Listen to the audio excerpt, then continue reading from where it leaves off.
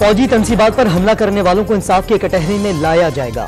Pakistan army act اور official secret act کے تحت کارروائی ہوگی۔ آرمی چیف کا دو ٹوک پیغام۔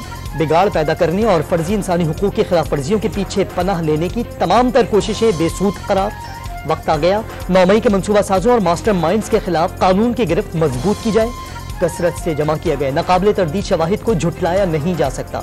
جنرل عاصم منیر کی زیر صدارت GHQ میں formation commanders conference.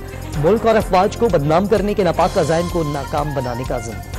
PTI chairman کا طرز عمل ملک دشمن تحریک انصاف پر پابندی کی بات بھی انہی کی وجہ سے ہو رہی ہے۔ 9 مئی کو حساس تنصیبات پر حملے ہوئے، سکولز اور اسپتال تک جلا دیے گئے۔ مریم اورنگزیب نے شرپسندوں کی گرفتاری پر انسانی حقوق کا شور بے معنی قرار دے دیا۔ یہ سب اس لیے ہو رہا ہے کہ 190 ملین پاؤنڈز کا حساب نہ دینا پڑے۔ وزیر اطلاعات کی ملک مخالف سرگرمیوں میں شریک افراد کے خلاف غداری کے مقدمات چلانے کی حمایت۔ PTI چیئرمین کے خلاف کوئٹہ میں سینئر وکیل عبدالرزاق شر کے قتل کا مقدمہ درج۔ مقتول وکیل کے بیٹے کے مدیت میں درج مقدمے میں قتل کے ساتھ انسداد دہشت گردی کی دفعات بھی شامل۔ مقتول وکیل سابق وزیر اعظم کے خلاف سنگین غداری کیس میں درخواست گزار تھے۔ چیئرمین تحریک انصاف اور اہلیہ بشرا بی بی کی مشکلات میں اضافہ۔ توشہ خانہ کی گھڑی کی جعلی رسید دینے کے الزام میں فراڈ کا پرچہ کٹ گیا۔ اسلام آباد کے تھانہ کوہسار میں درج FIR میں فراڈ، نوسر بازی اور ہیرا پھیری کی دفعات شامل۔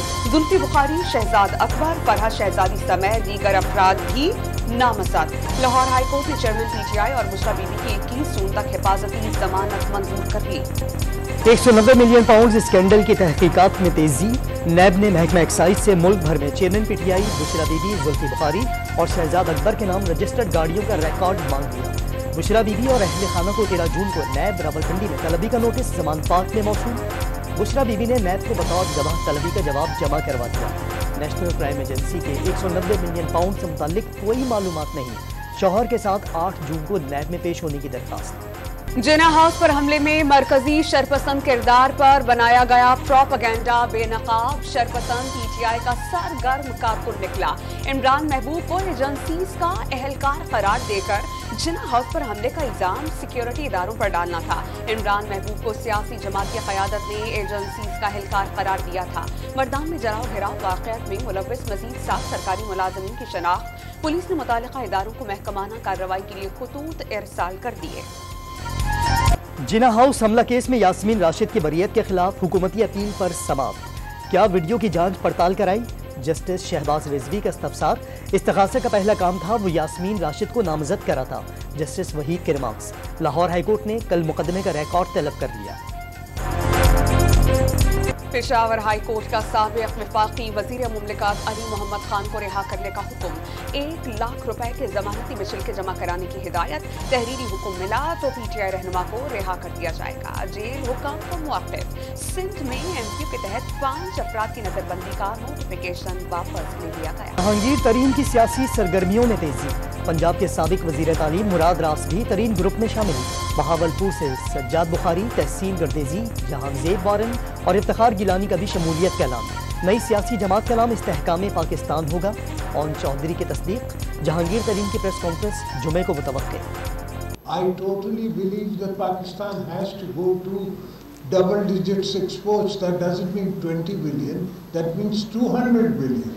I don't believe in even getting foreign investors, because foreign investor will take from you, they'll put in $1 and they'll take $5 out.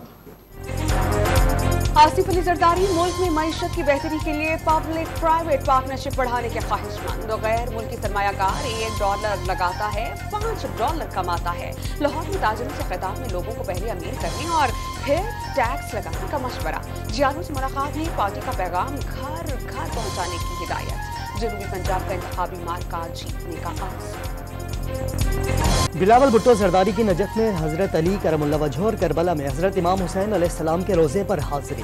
ملک کی ترقی و خوشحالی کی دعائیں۔ وزیر خارجہ کی کربلا کے گورنر نصیف جاسم الخطابی سے بھی ملاقات۔ پاکستانی زائرین کو سہولیات کی فراہمی پر بات چیت۔ بلاول بھٹو آیت اللہ شیخ بشیر حسین النجفی سے بھی ملے۔